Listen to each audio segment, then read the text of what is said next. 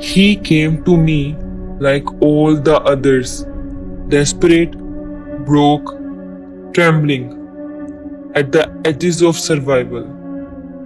A foreigner, no family here, only a suitcase with a broken handle and pockets too light to matter. When he saw my house, leaning across from the graveyard gates, windows glowing faint like a dying lantern, his face lit up. He thought he had found luck. He thought he had found home. But he had walked willingly into my hunger. I greeted him in the skin of a weary old landlord, my back bent, my voice gentle, my price almost laughably low. He didn't question it. Humans rarely do when greed whispers louder than caution. He handed me his last few bills, smiling in gratitude. I smiled back for different reasons. He slept soundly the first night. I allowed it. I wanted his bones heavy with comfort before I sank my clothes. But the second night, I let him hear me. It began with a faint creak above his ceiling. His eyes fluttered open, breath caught in his throat. Another creak, closer. He sat up, staring at the plaster above. Step, step, step. Heavy, dragging, like boots sinking into wet soil. He searched the ceiling for an attic door, but there was none. Still, the footsteps circled his bed, slow, deliberate, like a predator pacing its cage. And when he finally whispered to himself, "It's nothing, just the house," the steps stopped, dead still, until the sound came again. But this time, directly above his pillow. On the third night, I left him a gift, a mirror, an oval frame, dark wood carved with shapes he could not name. He found it leaning against the wall when he returned, though he swore it wasn't there before. That evening, he glanced into it. His reflection blinked slower than he did. He turned his head. The reflection turned a fraction later. He tested it, raised his hand, lowered it.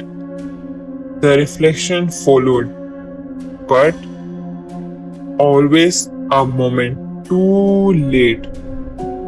He laughed nervously, convinced it was exhaustion. Then, as he walked to bed, he caught it from the corner of his eye. The reflection had not moved. It was still standing by the mirror, smiling faintly, watching him crawl under the sheets. By the fourth night, the graveyard across the street grew restless. He walked to faint voices drifting through the window. At first, it was only a hum, then words, then a chorus.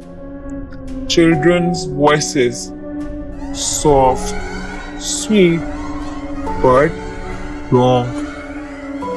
They sang his name over and over. He shut the window. The voices grew louder. He pressed a pillow over his ears. The voices came from inside the room. The curtains bulged inward as though tiny hands pressed from outside. The air grew heavy, sweet with the smell of soil, damp and fresh, as if the graveyard itself had breath into his lungs. And then, between the whispers, came laughter, small, playful, muffled from under the bed. By the fifth night, I dragged him deeper. He dreamed of sinking chest deep in soil, the earth swallowing him alive. Pale hands clawed at his ankles, pulling him downward. Worms spilled into his mouth when he screamed. When he woke, his sheets were damp, not with sweat, but with mud. Black clay streaked his blanket, wet and cold. Worms writhed across his pillow, sliding between his fingers as if they had been resting there all along. The stench of rot clung to him, crawling into his lungs with every breath. By the seventh night, the house abandoned subtlety. Wallpaper peeled in strips like skin blistering from fire. His lamp flickered with shadows that bent the wrong way, shadows that reached for him. The mirror, now uncovered, no longer copied him. It showed him lying inside a coffin, lips stitched, eyes half open, while his living body trembled in front of it. At last, trembling and pale, he demanded answers from me. I let my smile split too wide. My shadow writhed. My teeth stretched jagged, shining wet like glass shards. You never rented this room. I whispered. You rented your soul. The floor heaved like lungs beneath him. Windows screamed open, frames splitting into mouths, shrieking in unison. The house pulsed as though it lived and hungered. He fled, stumbling into the graveyard. As the tombstones cracked open, soil churned like boiling water. Fingers clawed upward, pulling at his legs. The children's voices sang louder, now shrill, distorted, mocking. He tore free and ran into the night. He escaped the house. He escaped me, or so he thinks. But no one escapes me.